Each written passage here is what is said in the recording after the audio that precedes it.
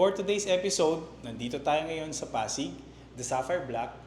And ito, magre-renovate tayo. This is a 31 square meter, one bedroom unit condominium. So, ikot ko kayo guys. So, before we start the project, pakita ko muna sa inyo yung existing condition nito. So, right now, ang wishlist ng ating client is number 1, kitchen. For the kitchen, medyo maliit. So, they want more cabinets and a lighter version of kitchen. Kasi medyo madilim, saka yung kulay niya, hindi daw masyadong malamig sa mata.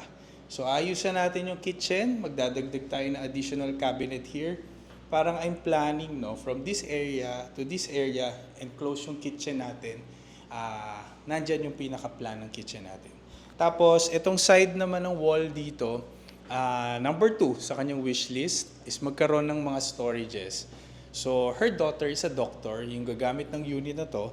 So, they want bookshelves na incorporated sa kanilang sofa. So, I don't know if they have existing sofa or magde-design tayo ng bagong sofa. Malalaman natin yan sa mga susunod na araw. For this area naman, I'm planning to put pangatlo sa wish list nila is yung mga shoe, lagay ng shoes and utilities. Utilities ba? No, lagay ng mga vacuum, walis. So, itong area na to. So, i-design natin to for shoe cabinets and shelves, mga bookshelves. Tapos, dito naman sa right side niya, itong area na to ang magiging workstation. So, I'm planning to provide a desk here. Tapos, may mga cabinets dito sa taas for the bookshelf. For the printer siguro. So, additional storages and workstation. So, pasok tayo sa bedroom. For the bedroom naman, ang balak natin gawin dito is we have storage na, existing storage dito. So, ang plano natin is magkaroon pa ng additional storage or cabinet wardrobe dito. So, magkakaroon tayo ng mini walk-in closet. Tapos, dito naman sa aking left side, vanity area. Tapos, cabinet pa. Tapos, may existing bed kasi sila doon. Dito yung mapupunta sa corner ng window. So, ito yung kabuuan ng ating bedroom area. So, malaking part ng ating project sa condominium, ang sinisimulan natin is yung planning. So, we'll do the planning. So, we have the plans na. Ang first step natin, we have to mobilize. Kasi approved na ng client natin yung ating plano. And una natin gagawin dito, syempre, the drop ceiling. Kasi for the condominiums project, malaki ang nagagawa ng lighting. Yung effect nito, kung how do you distribute the lights. Inspire. So bago tayo mag-start, syempre, pag umaga, no, kailangan natin ng kape. So masarap meron tayong hot coffee dito.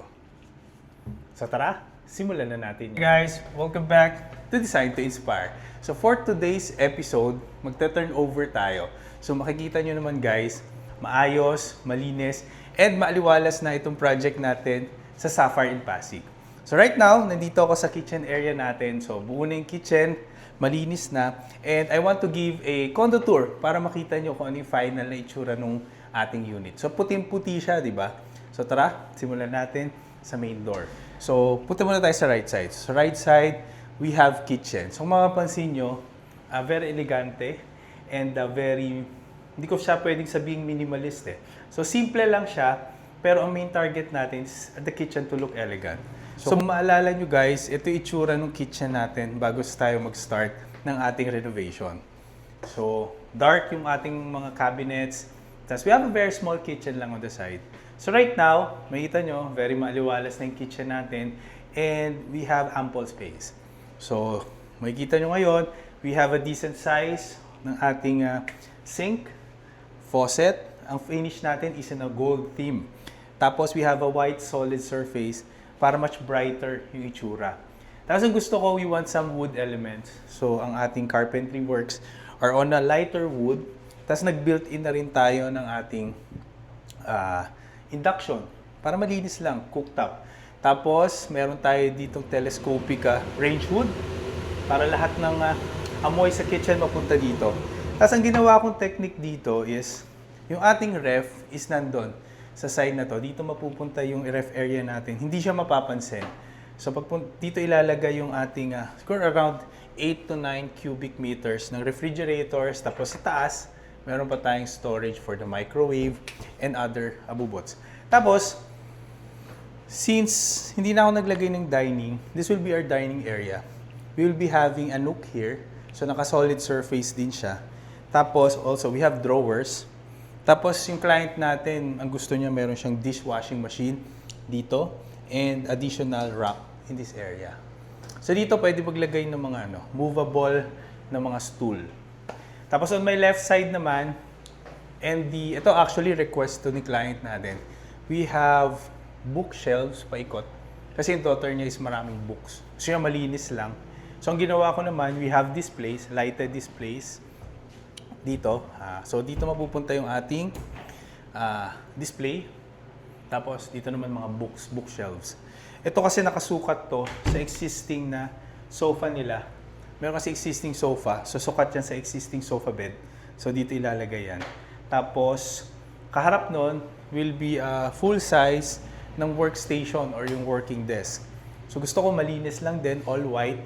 We have cabinets and lots of drawers sa ilalim.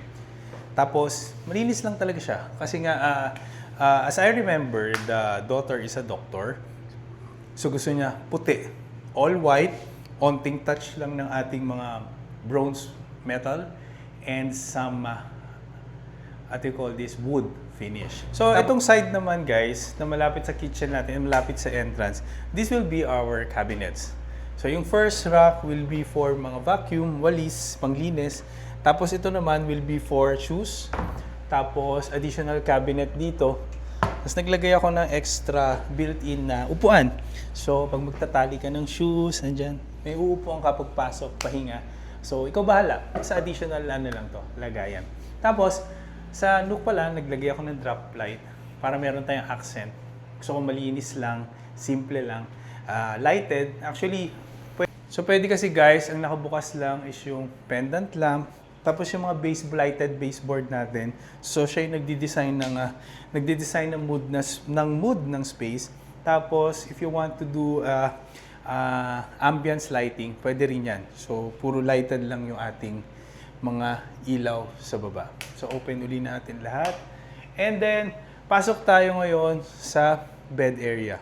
So ito palang bed area natin. Papakita ko muna itsura niya sa inyo before. So ito siya. Kung mapansin nyo, masikip. Tapos, ang ating mga spaces are well not planned. So, ang goal ko dito is magkaroon siya ng maraming cabinet. So, ang nagawa ko is nagkaroon siya ng walk-in closet. So, sa ating bedroom guys, so makikita nyo, meron tayong maluwag na space dito. We have, on my left and on my right, meron siyang full-size cabinet, lighted pa.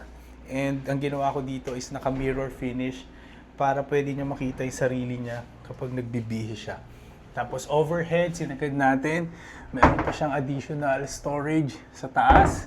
And meron pa rin siya sa kabilang side. So sa likod ko is a full-size mirror para hindi claustrophobic pag nandito siya sa walk-in closet area niya. Tapos dun ko pinlace yung aking bed. So ito, meron siya ditong double size bed. Tapos, pwede siya dito mahiga, makapaglagay pa siya ng isang side table. Tapos dun pala sa pinakadulo, butas yun eh. So, eto guys. So, pwede siya maglagay ng gamit dito, patungan. So, sinadya natin naka-open yan. And dito naman, we have additional cabinets din. Tapos, additional table for her vanity. So, from the bedroom, ang view mo is ito lang. So, this is a 31 square meter, guys. So, we achieve our goal. Nakuha natin yung maayos na theme for this unit. And ang primary goal lang naman for this project is magawa ng mga additional cabinet spaces, maging maliwalas, maging airy, and more on white ang finish. So, hopefully, si client maging masaya later. Pag pinost ko na tong video na to sa ating YouTube channel, ibig sabihin, she's happy. So, thank you guys for watching our channel and see you again on our next vlog. Bye-bye!